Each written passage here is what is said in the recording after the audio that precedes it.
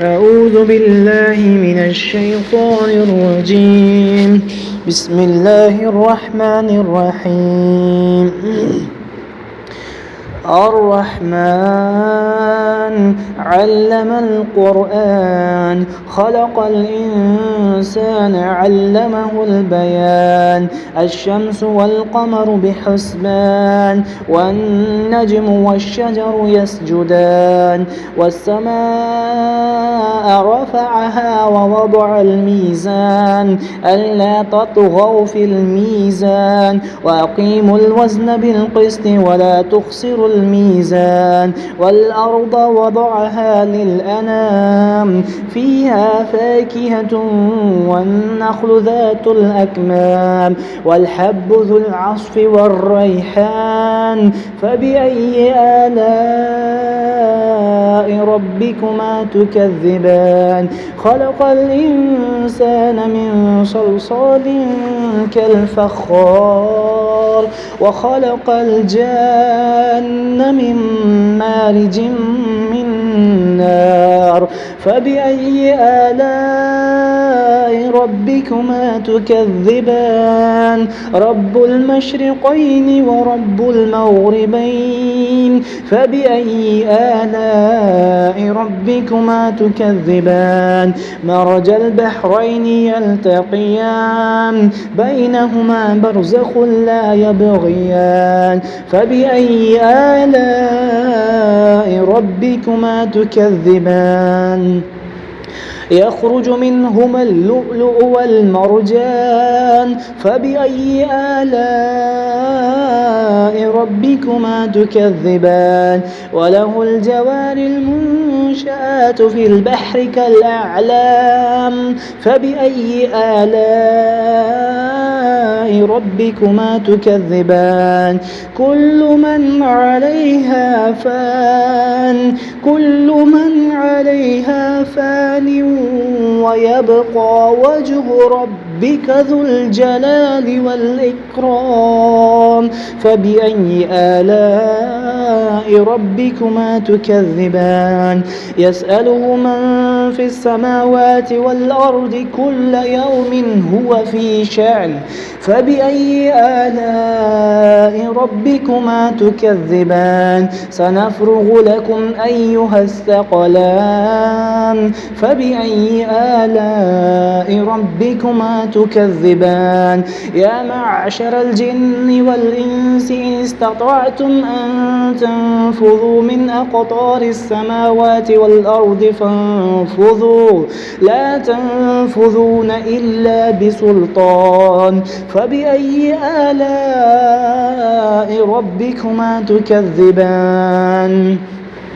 يرسل عليكما شواظ من نار ونحاس فلا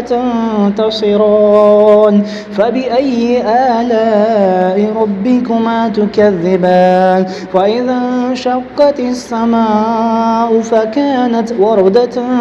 كالدهان فبأي آلاء ربكما تكذبان فيومئذ لا يسأل عن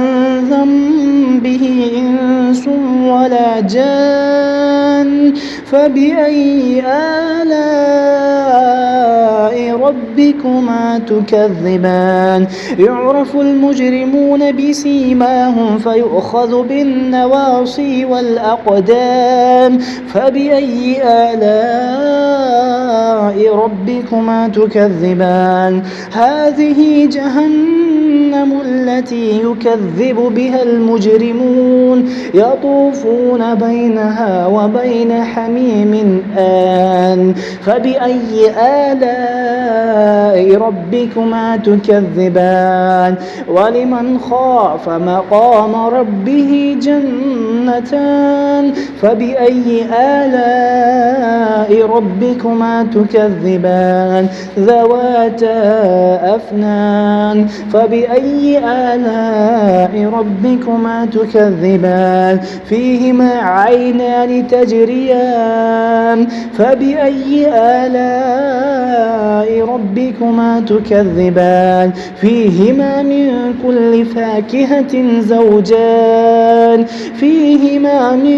كل فاكهة زوجان فبأي آلاء ربكما تكذبان متكئين على فرش بطائنها من استبرق وجنى الجنتين دان فبأي آلاء ربكما تكذبان فيهن قاصرات الطرف لم يطمثهن إنس قبلهم ولا جان فبأي آلاء ربكما تكذبان كأنهن الياقوت والمرجان فبأي آلاء ربكما تكذبان هل جزاء الإحسان إلا الإحسان فبأي آلاء ربكما تكذبان ومن دونهما جنتان فبأي آلاء ربكما تكذبان مدهامتان فبأي آلاء ربكما تكذبان فيهما عينان نضاختان فبأي آلاء ربكما تكذبان فيهما فاكهة والنخل والرمان فبأي آلاء ربكما تكذبان فيهن خيرات حسان فبأي آلاء ربكما تكذبان حور مقصورات في الخيام فبأي آلاء ربكما تكذبان لم يطمثهن إنس قبلهم ولا جان فبأي آلاء ربكما تكذبان متكئين على رفرف خضر وأبقري حسان فبأي آلاء ربكما تكذبان تبارك اسم ربك ذي الجلال والإكرام.